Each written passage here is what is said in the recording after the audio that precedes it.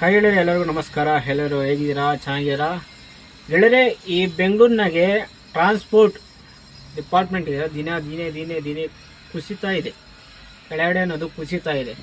ಮಾರ್ಕೆಟಲ್ಲಿ ಬಾಡಿಗೆಗಳಂದು ಒಬ್ಬರಿಗಿಂತ ಒಬ್ಬರು ಕಮ್ಮಿ ಹೇಳ್ತಾನೆ ಅವರೇ. ಇನ್ನೂ ಒಂದು ಏನಂದರೆ, ಈ ಪೋರ್ಟರು, ಅಂಗರ್ ಡೆಲಿವರಿಯವರು ಎಲ್ಲ ಕಂಪ್ನಿಯವರು ಅಷ್ಟೇ ರೇಟ್ ಪ್ರೈಸ್ ಕಮ್ಮಿ ಮಾಡೋದು, ಪ್ಲಸ್ ಅವನ್ನೇ ಸ್ವಂತ ಗಾಡಿ ಇಟ್ಕೊಂಡು ಕಂಪ್ನಿ ಮೇಲೆ ರನ್ ಮಾಡ್ತಾ ಇರೋದು, ಇದೆಲ್ಲ ನೋಡ್ತಿದ್ರೆ ಒಂದಲ್ಲ ಒಂದು ದಿವಸ ನಮ್ಮ ಕೈ ಬಿಟ್ಟು ಹೋಗುತ್ತೆ.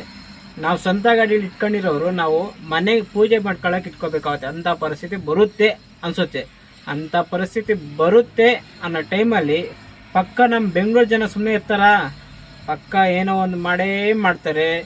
ಎಗೇನ್ ಹಳೇ ಟೈಮಲ್ಲಿ, ನಾವು ಹಳೆ ಕಾಲದಲ್ಲಿ ಯಾವ ಥರ ಸ್ಟ್ಯಾಂಡಲ್ಲಿ ಲೀಡ್ರಾಗಿ ಮಾಡ್ಕೊಂಡು ಸ್ಟ್ಯಾಂಡ್ ಗಾಡಿಯಲ್ಲಿ ರನ್ ಮಾಡ್ಕೊಂಡು ಯಾವುದೇ ಗಾಡಿ ಬೇರೆ ಅವ್ರದ್ದು ಬೇರೆ ಕಡೆಯಿಂದ ಬಂದಿರೋ ಗಾಡಿ ಲೋಡ್ ಮಾಡ್ದಂಗೆ ಎಲ್ಲಿರೋ ಲೋಕಲ್ ಗಾಡಿಯಲ್ಲಿ ಲೋಡ್ ಮಾಡಬೇಕು ಅಂದ್ಬಿಟ್ಟು ರೂಲ್ಸ್ ಅನ್ನೋದು ಫಾಲೋ ಮಾಡ್ತಿದ್ರಲ್ಲ, ಅದೇ ಪರಿಸ್ಥಿತಿ ಮತ್ತೆ ಬರುತ್ತೆ. ಈ ಕಂಪ್ನಿಗೆ ಮತ್ತೆ ಪೆಟ್ಟು ಬೀಳೋ ಥರ ಅವ್ರು ನಮಗೆ ಪೆಟ್ಟು ಹಾಕಿದ್ರೆ ನಾವು ಅವರು ಪೆಟ್ಟಾಗೋ ಪರಿಸ್ಥಿತಿಗೆ ಅವರಾಗೆ ತರಿಸ್ತಾರೆ.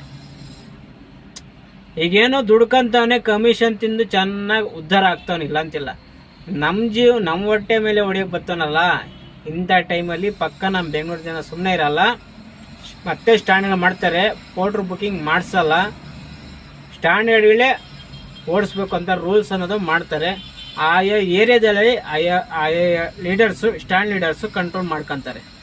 ಕಂಪ್ನಿದವ್ರಿಗೆ ಮುನ್ನೆಚ್ಚರಿಕೆ ಇದೆ. ಯಾರಾದರೂ ಕಂಪ್ನಿದವ್ರು ನೋಡ್ತಿದ್ರೆ ಇನ್ಫಾರ್ಮೇಷನ್ ಕೊಡಿ, ಮೇಲಿರೋರ್ಗೆ ಕೊಡಿ, ಗೊತ್ತಾಗುತ್ತೆ. ಈಗ ಆಲ್ರೆಡಿ ಮಾಲೂರು ಕಡೆ ಯಾವುದೇ ಕಾರಣಕ್ಕೂ ಬುಕ್ಕಿಂಗ್ ಮಾಡಿಸಲ್ಲ ಗಾಡಿಯವರು.